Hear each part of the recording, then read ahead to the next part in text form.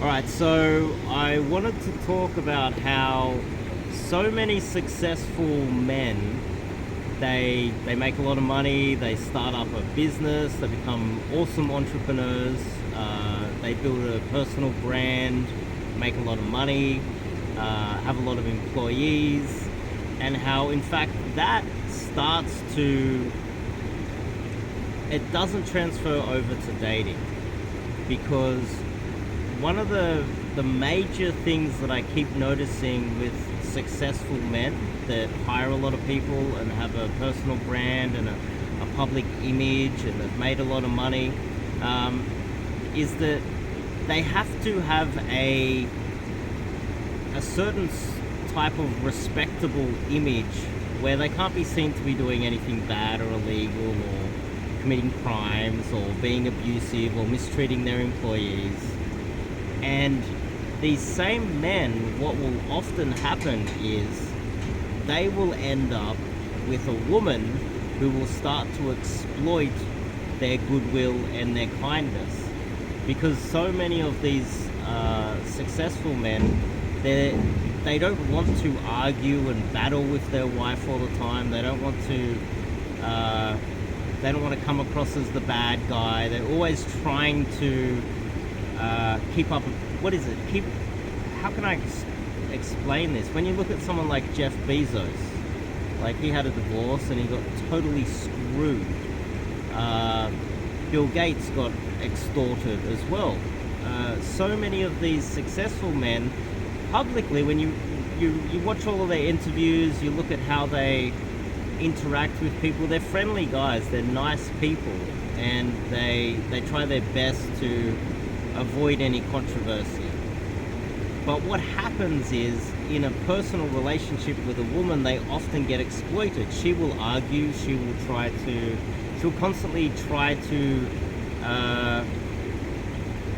take as much as she can. One example I would like to, one great example is the amount of times a successful man will get in a relationship with a woman and then she will start taking more and more, as in she'll start asking for more freedom, she'll start asking for more money, she'll start asking for an open relationship, she'll start getting bored with these successful men, and they won't push back as much. They don't want to argue. They're always looking for a win-win situation, but often in a relationship someone needs to be in charge, and quite often a woman is always playing politics. Always. They're always trying to play power games in their personal relationships, and quite often these successful men will end up getting exploited by their wives, and you see it over and over and over again. So what helped them to become successful and have an awesome reputation and build a great personal brand, build a lot of wealth by avoiding drama and controversy, is the same thing that their wives will, in their personal lives, exploit. I see it over and over and over again.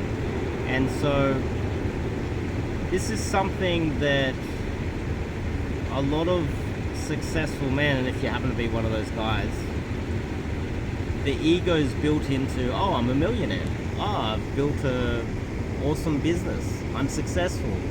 And that ego doesn't allow them to humble themselves with arguably the most important decision they will make, which is picking the right wife. And at the end of their lives, quite often, these men, they can't take their riches to the grave. The only thing they're passing over is their seed, their children. And if they chose the wrong wife, their seed might be tainted somehow. Their wife might be bad-mouthing them. And so this is something that I think, as a society, we should be aware of, when the most successful men in our society are getting exploited quite often by sometimes narcissistic, psychopathic women, and what they're leaving behind are kind of tainted children, which is the seed of an awful woman, and then that degrades society to some extent sometimes. Now, And it's hard for these men to acknowledge that they are, when they might do a lot of vetting and do background searches and be really careful with the people they do business with, but they're not as careful with the women that they share their bedroom with, which doesn't really make sense, does it? It seems a little bit negligent, but it's more common than you might think.